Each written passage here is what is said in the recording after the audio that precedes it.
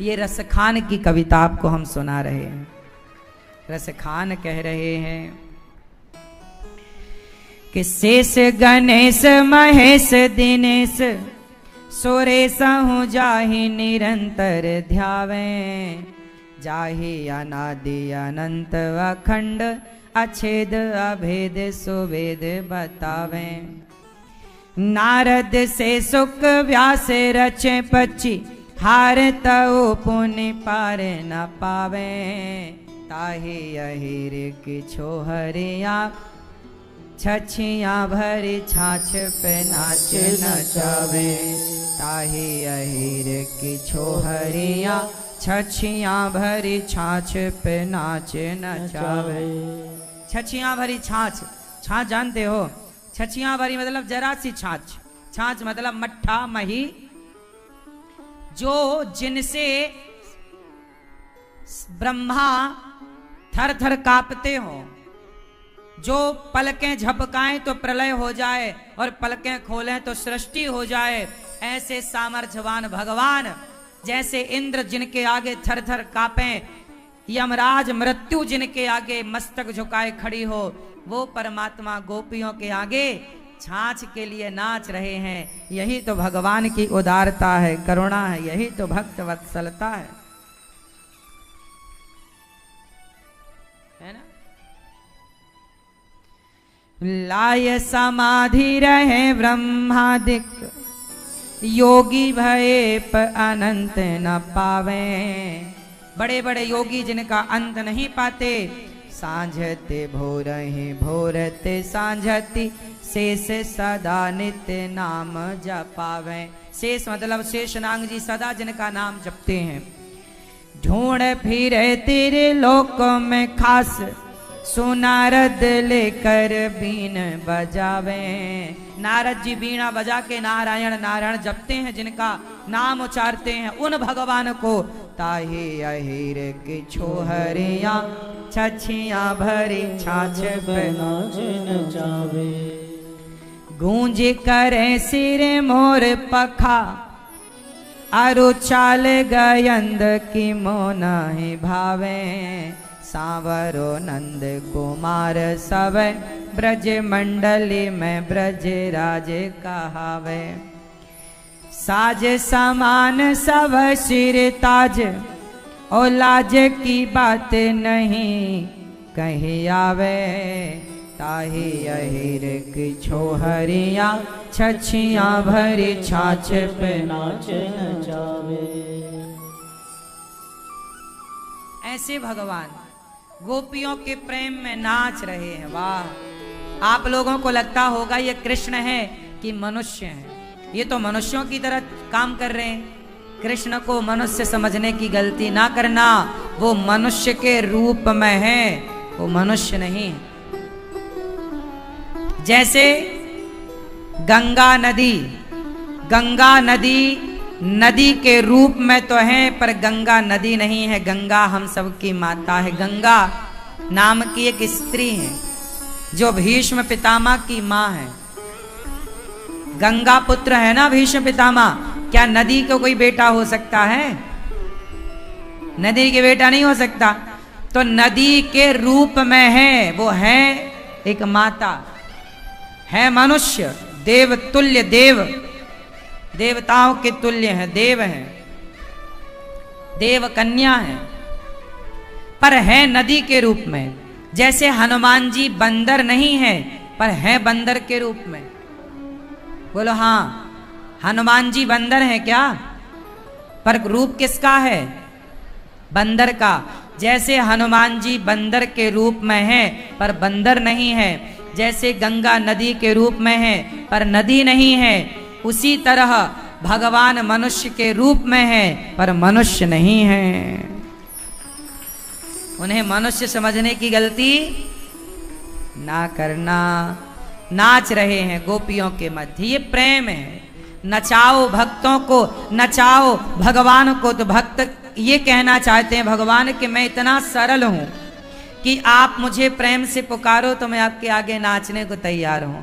तुम गोपियां बन के नचाओ, वो तुम्हारे आगे नाचने को तैयार हैं। तुम अर्जुन बनकर सारथी बनाओ, वो सारथी बनने को तैयार है। तुम खंबे की तरफ इशारा करो, तुम्हारे लिए खंबे से आने को तैयार है।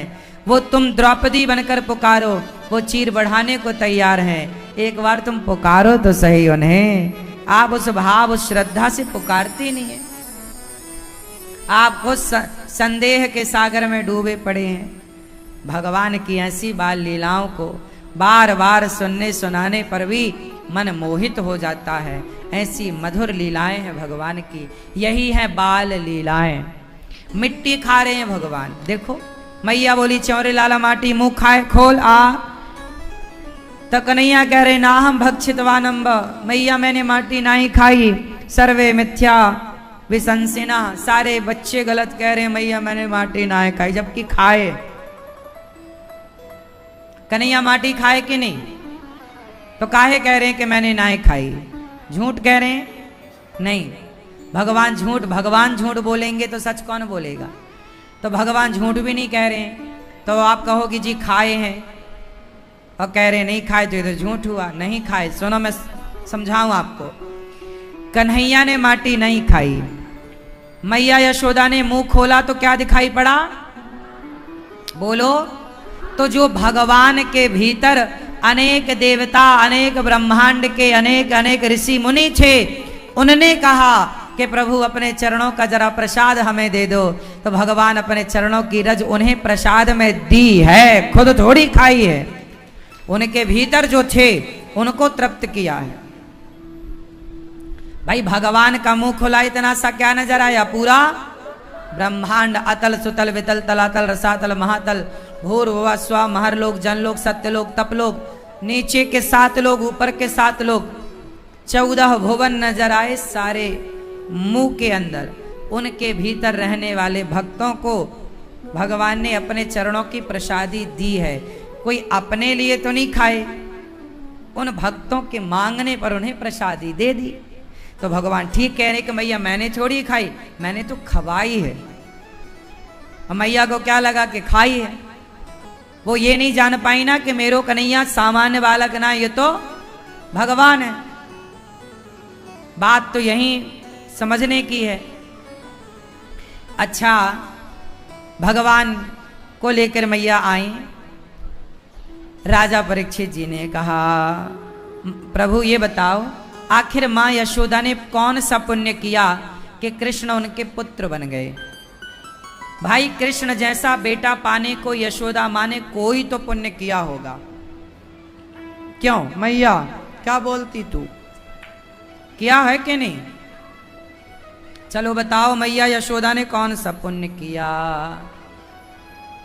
हाँ, मैया कौन सुपुण्य कियो तैने, जो लाल कन्हैया सा पाया है।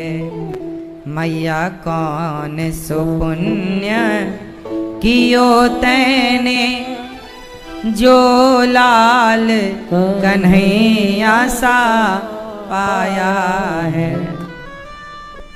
मैया कौन सो पुण्य कियो तैने, जो लाल कन्हैया सा पाया है।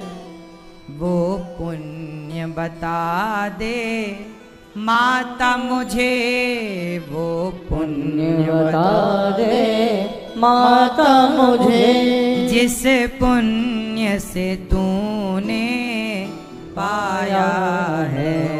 वो पुण्य बता दे माता मुझे, जिस पुण्य से तूने पाया है। माता कौन सा पुण्य किया यशोदा माँ ने कि जगत का पालनहार मैया की गोद में अपना दूध पिलाकर, जो संसार को तृप्त करने वाले भगवान हैं, आज उन्हें मैया अपने दूध को पिलाकर तृप्त कर रही हैं।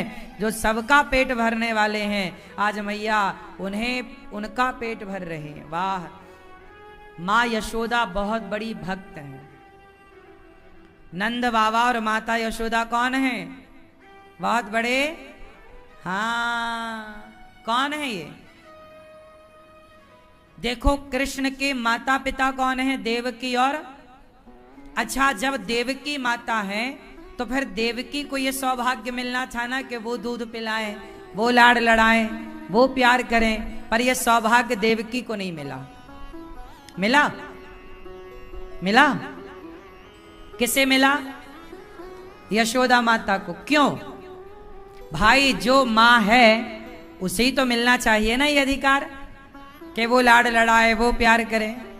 तो सुनो क्यों नहीं मिला, कारण जानो। ये देवकी माता कौन है? अच्छा देवकी माता को और यशोदा माता को एक पलड़े पे रखा जाए तराजू के, एक पलड़े पर माता देवकी और एक पलड़े पर माता यशोदा, बताओ किसका पलड़ा भारी होगा? क्यों? क्यों? क्यों? पाला है तो देवकी मां को मौका मिलता पालने का तो ना पालती क्या? वो तो जेल के भीतर थी ना। यदि ना होती जेल के भीतर, ना होती ऐसी मजबूरी के लाला को निकालना पड़े तो वो तो खुद ही पालती। एक अंतर था, देवकी माता और यशोदा मां में एक अंतर है। चलो कितने साल तक यशोदा मां को कन्हैया मिले? बोलो 10.5। कन्हैया यशोदा माता के पास सिर्फ 10.5 वर्ष रहे। 10.5 वर्ष के बाद भगवान कृष्ण टोटल धरती पर कितने साल रहे? 125। 125 वर्ष की आयु में भगवान कृष्ण सिर्फ 10.5 साल माता यशोदा के पास रहे, बाकी के साल माता देवकी के साथ ही रहे। माता यशोदा को बचपन दिया कृष्ण ने, पर अपनी जवानी सारे शादी ब्याह में यशोदा मां सम्मिलित नहीं हुई। भगवान के शादी ब्याह में कौन सम्मिलित हुआ? माता देवकी। माता यशोदा तो केवल 10.5 साल कृष्ण का लालन पालन की है, लेकिन 10.5 साल के टाइम पर आज दुनिया माता यशोदा को जानता है। आज संसार मां यशोदा को जानते हैं लोग, देवकी मां को कम जानते हैं। पलड़ा भारी वो 10.5 साल का है, बचे हुए का नहीं। मैया सही है? क्यों? इसका एक बहुत बड़ा कारण है। ज्यादा समय तो भगवान कृष्ण ने माता देवकी के साथ ही गुजारा है, और केवल मां यशोदा का दूध पिया है ऐसा नहीं। 10.5 साल के बाद जब गए मां देवकी से मिलने मथुरा और कंस को मारा और जेल से मां को मुक्त किया, तो भागवत जी में लिखा है कि कृष्ण को देखकर माता देवकी के आंचल से दूध की धार बह पड़ी थी। वो ममता, वो करुणा जाग गई और दूध फिर बह पड़ा, और भगवान ने माता देवकी का भी दूध पिया है, पर कम कम क्या, वो 10.5 साल के तो थे उस समय, तो एक बार पिलाया होगा, 2 बार। हमारे यहां तो देखो दूध पिलाने की परंपरा है। जब बेटा ब्याह करने जाता है ना हमारे भारत में, तो मां अपना दूध पिला के भेजती है बच्चे को। शादी जब दुल्हन लेने जाता है लड़का, आपके यहां ये परंपरा है कि नहीं? आप में से कितनों के यहां ये परंपरा है कि जब दुल्हन लेने जाता है तो मां का दूध पी के जाता है? किस किस के यहां है ये परंपरा? क्यों मैया आपके यहां नहीं है? है, सारे यहां थी, आप भूल गई मेरी मां। कुछ परंपराओं को, कुछ संस्कारों को आप लोग आधुनिकता के चक्कर में भूलती चली गई। आज भी हमारे यहाँ ये परंपरा है कि जब लड़का शादी लायक हो जाता है और वो बारात लेके जाए, तो जाते समय माँ उसे पहले अपना दूध पिलाती क्या है, नेंग करा देती है, अपने आंचल को पयोधर के बच्चे के मुंह में टच करा देती है। और आज भी ये परंपरा है कि बच्चा अपनी माँ का दूध पी के दुल्हन लेने जाता है। क्यों? ऐसा क्यों है? क्यों? ये आपके यहां परंपरा है? याद नहीं है? अब आज देखो, अब लड़के जवान हो जाते हैं, बड़े हो जाते हैं, तो माँ को भी संकोच लगने लग जाता है ना कि अब इससे क्या दूध पिलाएं। ये संकोच है, लेकिन ये संकोच नहीं करना चाहिए। आप लोग संकोच करते हैं, नहीं करना चाहिए। जब आपका बेटा शादी करने जाए तो ये परंपरा रही है, ये मैंने बनाई ऐसा नहीं है, अनादि समय से रही। क्यों?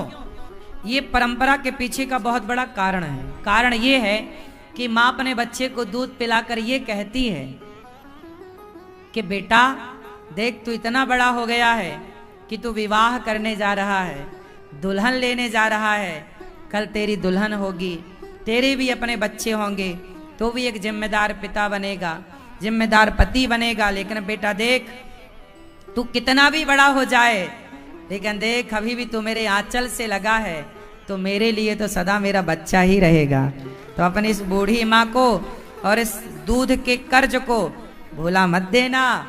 अपनी पत्नी के और अपने परिवार के चक्कर में मैं भी तेरी माँ हूँ, इस बूढ़ी माँ को भुला ना देना। इसलिए दूध पिलाकर याद दिलाती है कि बेटा तू बड़ा हो गया सबके लिए, पर मेरे लिए तो तू छोटा ही है। मेरे लिए तो तू दूध पीता ही है, कितना भी बड़ा बच्चा हो जाए, माँ के लिए तो दूध ही पीता है वो अभी भी। हाँ या ना? बोलो हाँ। आप लोग कितने साल तक अपनी माँ का दूध पिए? अच्छा बताओ, क्यों? तुम कितने साल अपनी माँ का दूध पिए हो? नहीं पता? आप बताओ। याद नहीं है? आप बताओ भाई, आप बताओ, माँ से पूछ के बताओ। हैं? 2.5 क्यों? आप चश्मा वाले भैया, आपको याद है आपने माँ का दूध कितने साल तक पिया है? बोलो, कितने साल तक? 4 साल तक। आप बताओ। हैं? 22 साल? अरे तुम ज्यादा ही बोल गए। हाँ, 22 साल में शादी हुई होगी तब, है ना? अच्छा, दूध पी के गए थे माँ का दुल्हन लेने, ठीक है, 22 साल के थे, हाँ तब ठीक है। ये 22 साल के थे जब दुल्हन लेने गए थे, तो वो परंपरा निभा के गए थे, दूध पी के गए थे माँ का। सही है। क्यों लाल वाले भैया, आप कितने साल तक दूध पिए अपनी माँ का? हैं? 6 साल। ये बढ़िया है। आप बताओ। 4। आप बताओ। 3। अब मैं अपनी बताऊं? मुझे याद है, सोचो याद है। आप लोग पता नहीं कहां से भुलक्कड़ हैं। मैं 9 साल का था तब तक भी मैं दूध पीता था। सही? मैं 9 साल तक अपनी माँ का दूध पिया हूं,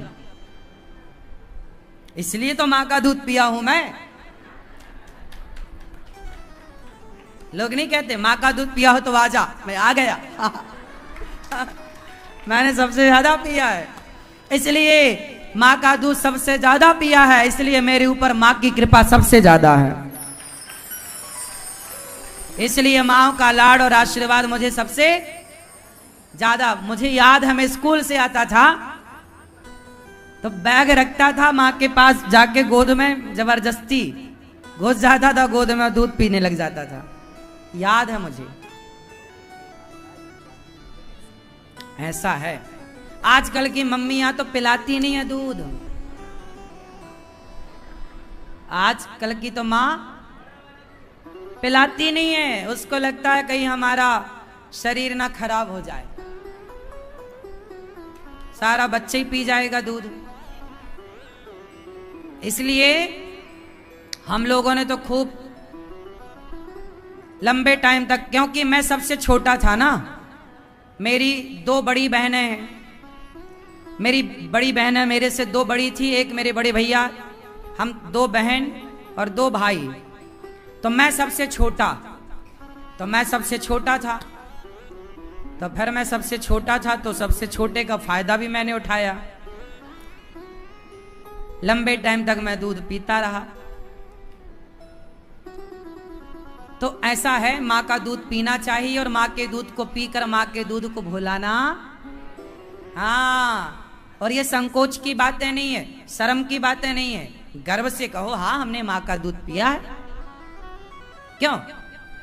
और शादी करने जाओ तो मैया अपने बच्चे को अपना दूध जरूर पिलाना, और ये जरूर कहना जो सेंटेंस मैंने बोला कि बेटा तू बड़ा हो गया है, शादी करने जा रहा है, पर तू मेरे लिए तो मेरा दूध पीता हुआ बालक ही है, इसलिए से दूध के कर्ज को भुला ना देना, याद रखना।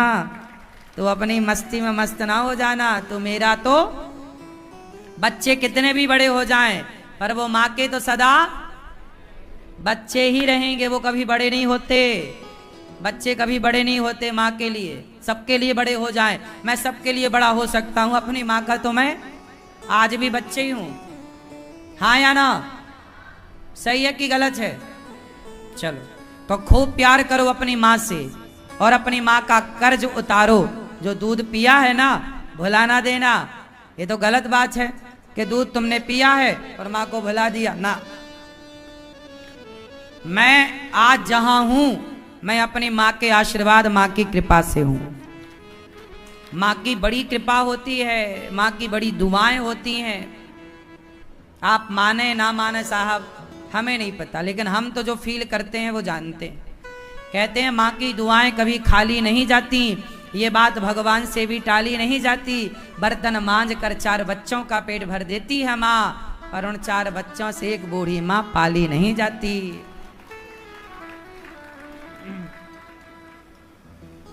ऐसी होती है माँ। माँ और भगवान ये दो नहीं है, दोनों। जब भगवान कभी आपको मिलेंगे तो भगवान की शकल माँ की शकल से मिलती जुलती है। जैसी माँ दिखती है वैसे ही भगवान दिखते हैं, ऐसा। इसलिए माँ ही ईश्वर है, भगवान मान के माँ की सेवा करनी चाहिए। इसलिए हम तो माँ की सेवा करते हैं, और केवल कहते ही नहीं है। दूध पिए हैं तो वो दूध का ऋण चुका भी रहे हैं। मैदान छोड़ के हम भाग नहीं रहे हैं कि नहीं जी हम नहीं करेंगे। आजकल के बच्चे दूध पी लेते हैं और दूध पी के अपनी माँ को घर से निकाल देते। अरे दूध पिया है ना भैया, तेल मालिश करी है ना तेरी माँ ने, तेरी पसंद का हलवा और पराठा बनाया है ना, अब तो करने का समय आया तो माँ को घर से निकाल रहा है। गलत बात है। अब तो सेवा करो, चुकाओ माँ का ऋण। अब तो चुकाने का सही वक्त है, सेवा करो। भागते काहे हो जिम्मेदारियों से? जिम्मेदारियों से भागना नहीं है, जिम्मेदारियां निभानी है। सही है दादाजी? जिम्मेदारियों से भागना सही है कि निभाना? इसलिए मेरी बात मानो तो अपनी मां को भगवान की तरह रखो, भगवान की तरह मां का आदर करो, भगवान की तरह मां का सम्मान करो। मां यशोदा पिछले जन्म में क्या थी? अब आओ देखो, अब देवकी और यशोदा की मैंने बात छेड़ी तो आओ जरा पूरा जान लेते हैं। माता देवकी और यशोदा, जबकि देवकी माता के पास कन्हैया ज्यादा थे, है ना। 10.5 साल में जब कन्हैया आए तो माता देवकी ने अपना दूध पिलाया कन्हैया को, और भगवान ने माँ का लाड़ पाया। लेकिन फिर भी यशोदा माँ का पलड़ा भारी है। क्यों? तो इसके पीछे एक बड़ा कारण है कि देवकी माँ को जब पता चला कि कृष्ण भगवान है, तो देवकी माँ ने कृष्ण का फायदा उठाया।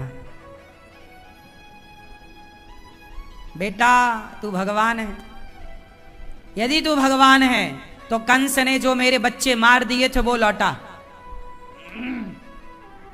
देवकी माँ ने मरे हुए पुत्र जो कंस ने मार दिए थे, 6 पुत्रों को, वो वापस ले लिए हैं। आपको पता है ये बात? भागवत जी में लिखी है। मरे मराए पुत्रों को वापस करवा लिया जो कंस ने मारे थे। अब आप कहो मरे कैसे? वो भगवान थे ना कृष्ण, तो भगवान सब कर सकते, मरे को जिंदा। तो सारे 6 पुत्रों को, देवकी माँ के पुत्रों को लौटाया। जबकि देवकी माता ने कृष्ण से कुछ चाहा, लेकिन यशोदा माता ने कृष्ण से कुछ नहीं चाहा। उन्होंने तो केवल कृष्ण को चाहा। यशोदा माता और देवकी माता में सिर्फ इतना अंतर है कि यशोदा ने कृष्ण को चाहा और देवकी माता ने कृष्ण से चाहा। बात समझ में आई? यशोदा माने, जोर से बोलो, यशोदा माने, यशोदा माने कृष्ण को चाहा, और देवकी माने कृष्ण से चाहा, बस यही फर्क है। ये देवकी माता पिछले जन्म में माता कैकेयी हैं। कौन है? जब राम वनवास में थे तो चित्रकूट आई कैकेयी माता, बोली राम मुझे माफ कर दो, मैंने वनवास भेज दिया, क्षमा। राम जी ने गले लगाया, माँ ऐसा क्यों कहती हो, आप तो हमारी माँ हो, क्षमा मत मांगो। तुम यदि क्षमा कर दियो हो तो बताओ। हाँ माँ, मैं, आपने कोई अपराध ही नहीं किया, यदि आपने मुझे क्षमा किया है तो एक वचन दो। क्या? कि आप मेरे बेटा बन के आओगे। तब भगवान कृष्ण बोले, माँ मैं आपका बेटा तो बन जाऊंगा, पर मैं दूध तो माता यशोदा का ही पीऊंगा। इसलिए राम ही कृष्ण बने और कैकेयी ही देवकी माता बनी। और यशोदा ने कौन सा पुण्य किया कि कृष्ण ने उनका दूध पिया, उनको ज्यादा बचपन दिया और माँ यशोदा को ज्यादा समय मिला। क्यों? माता यशोदा का नाम था धरा। पिछले जन्म में माता यशोदा कौन थी? धरा। इनके पति मतलब नंद बाबा का नाम था द्रोण। द्रोण और धरा ये दोनों पति पत्नी पिछले जन्म में संतों की सेवा करते थे। माता यशोदा का ये पूर्व जन्म है कि किस पुण्य से आप लोग यदि वृंदावन बैठे हैं तो जरूर कोई पुण्य से बैठे हैं। ये दास अनिरुद्ध आपको कथा सुना रहा है तो कोई पुण्य होगा, मैं नहीं देख पा रहा हूं। मानव का शरीर मिला है तो कोई पुण्य होगा। तो यशोदा माँ को कृष्ण जैसा बेटा मिला तो कोई तो पुण्य होगा। तो आओ जरा देखते हैं कि माता यशोदा के पुण्य क्या थे कि कृष्ण की माता बनने का सौभाग्य मिला। तो सुनो, हुआ क्या कि भगवान श्री कृष्ण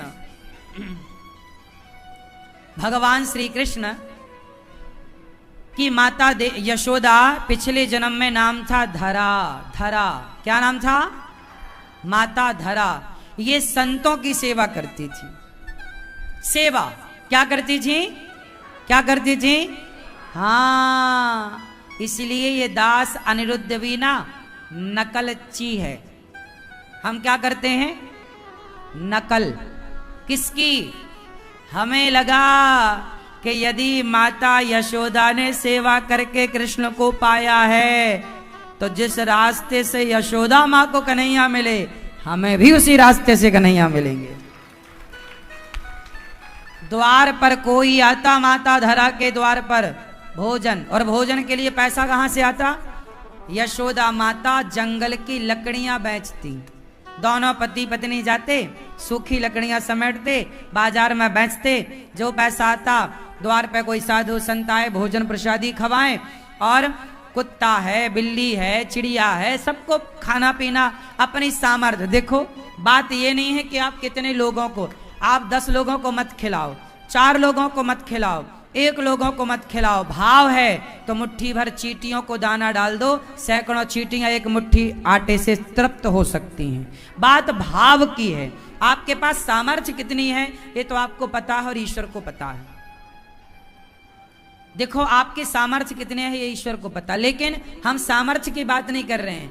हम किसकी बात कर रहे हैं? ऐसा है कुछ लोगों के पास पैसा तो बहुत है लेकिन वो तो किसी को 2 रोटी भी नहीं देते, और कुछ लोगों के पास ऐसा है कि कुछ भी नहीं है, वो अपने सामने की थाली दूसरों को दे देते हैं, खुद भूखे रहकर दूसरों को खिला देते हैं। तो ऐसे लोग भी समाज में हैं। तो माता यशोदा धरा जब थी तो ये संतों के द्वार पर, जो भी द्वार पर साधु आए वो सेवा करते। इनका निवास तीर्थ में था और तीर्थ में कोई ना कोई साधु संत भक्त का आगमन होता रहता है। आपके घरों में तो देखो अब संतों का आगमन नहीं होता, लेकिन तीर्थों में तो रोज संतों का आगमन दरस्पर्श होता है।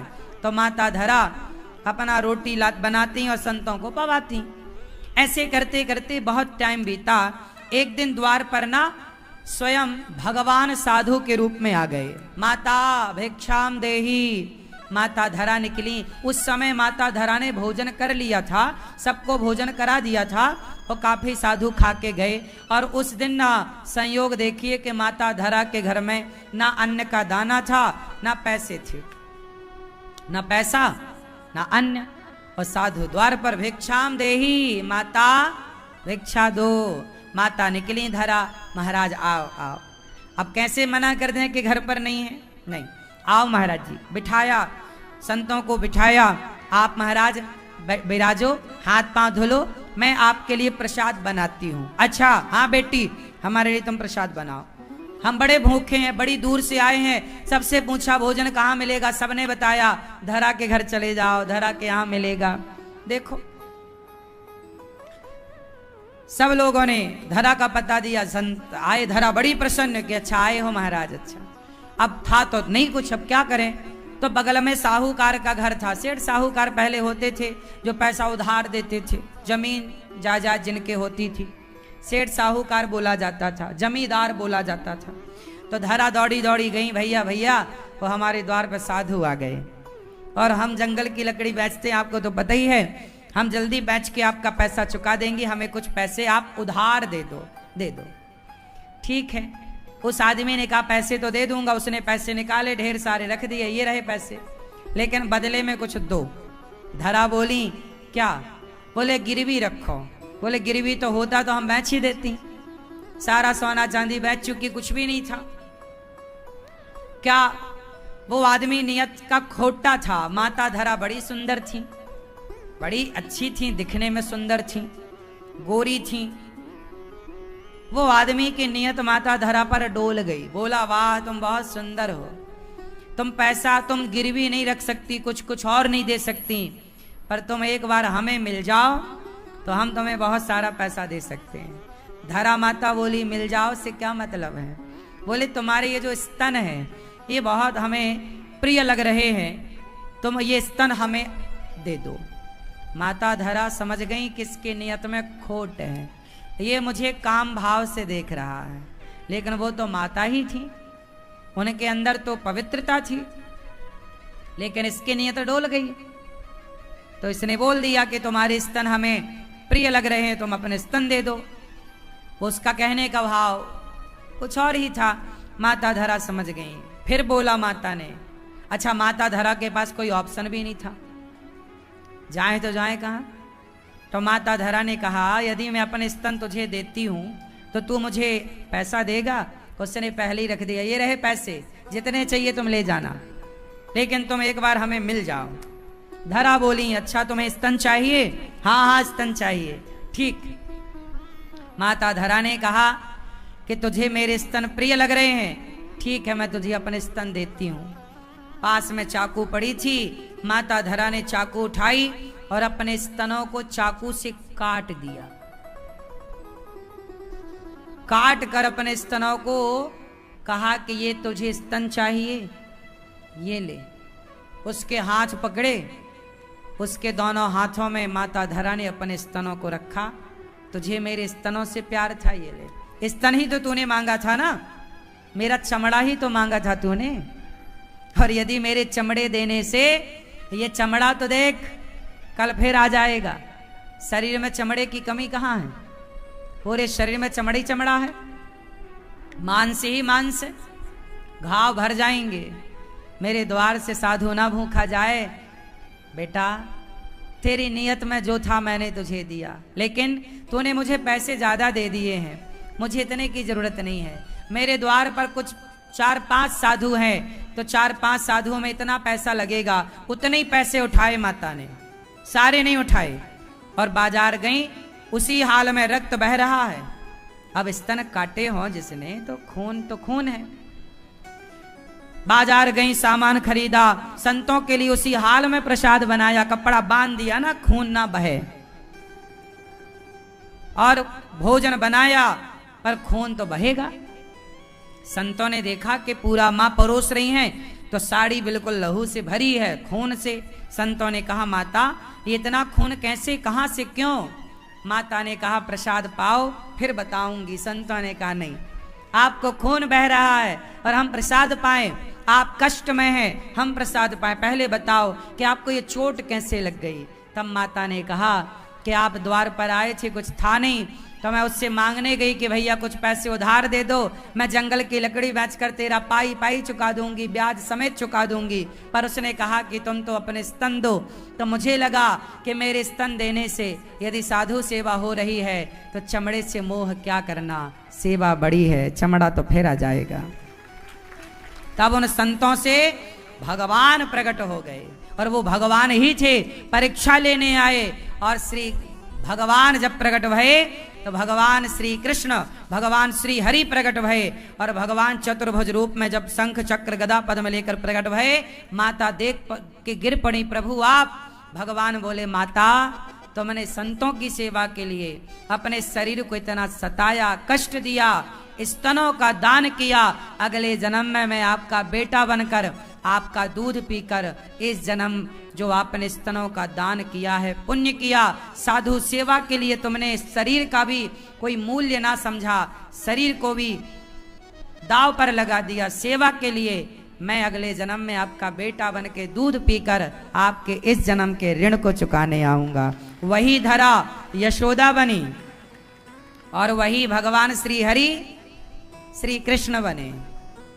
और आज मैया अपने गोद में लाला को दूध पिला रही हैं। भगवान से मैया कहती है मक्खन खाएगा ना मैया, तेरे दूध पीऊंगो। मैया मचलते हैं कन्हैया, मुझको मक्खन ना चाहिए, मुझको दूध चाहिए। मैया अपना दूध पिलाती हैं और भगवान दूध पीते हुए कभी मैया की बिंदिया निकाल के अपने माथे लगाते हैं, कभी मैया की नाक पकड़ के हिलाते हैं, कभी मैया के झुमका पकड़ के खेलने लग जाते हैं। जो कि हर बच्चा सामान्य दूध पीते समय कहीं माँ के माथे पे हाथ रखता है, कहीं माँ के गालों को नोचता है, कहीं माँ के कान के झुमकों को नोचता है। यही एक बच्चे का स्वभाव होता है। तो ये बच्चा आज जगत का पालनहार मैया के गोद में लेट करके और मैया का दूध पी रहा है। बिना पुण्य के कुछ नहीं मिलता मेरी माता, कुछ नहीं मिलता। इसलिए कहता हूं माता यशोदा को जिस राह से कृष्ण मिले मुझे पूरा भरोसा है। ये दास अनिरुद्ध आप मानो ना मानो, देखो कुछ चीजें मैं जानता हूं, सिर्फ मैं जानता हूं, आप पता नहीं जानो या ना जानो।